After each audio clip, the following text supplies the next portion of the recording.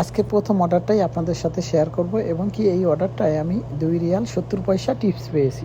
আসসালামু আলাইকুম। السلام.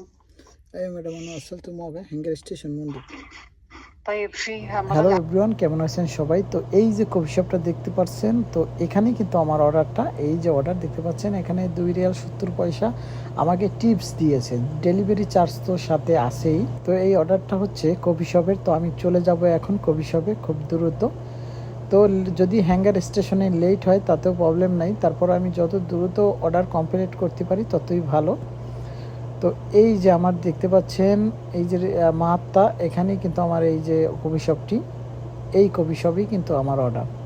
তো ইনশাল্লাহ আমি অর্ডারটা নাম্বারটা বলে অর্ডারটা নিব। তো আমি নাম্বারটা বললাম, তো কারেক্ট এখন আমি অর্ডারটা হাতে নিলাম। হাতে নেওয়ার পরে এই যে পিক আপ করবো এখন। তো পিক আপ করার পরে কিন্তু আমার কাস্টমার লোকেশন আসবে, আমি ফটো তুলে পিক আপ করে দিচ্ছি। দেখবেন যে এখনই কিন্তু কাস্টমারের লোকেশন এসে পড়ছে এই যে।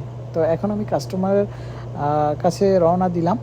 আর আমি কিভাবে অর্ডারটা কমপ্লিট করি বিস্তারিত জানাবো আপনাদেরকে। তো সৌদি আরবে আমি এই একটা কাজই দেখি, যেটা প্রতিদিনের হিসাব, প্রতিদিন টাকা এসে যায় ব্যাংক অ্যাকাউন্টে।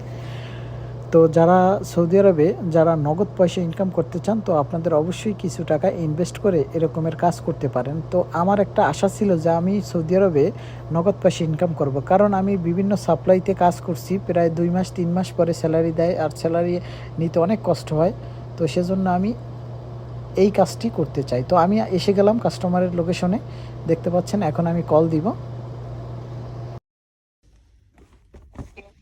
আসসালামু আলাইকুম। السلام. ম্যাডাম أنا وصلت موقع هنجر ستيشن منذ طيب فيها مظلة على اليمين، شجرة على اليسار، ايوه مدلة فيها باب 2 باب أزرق كبير.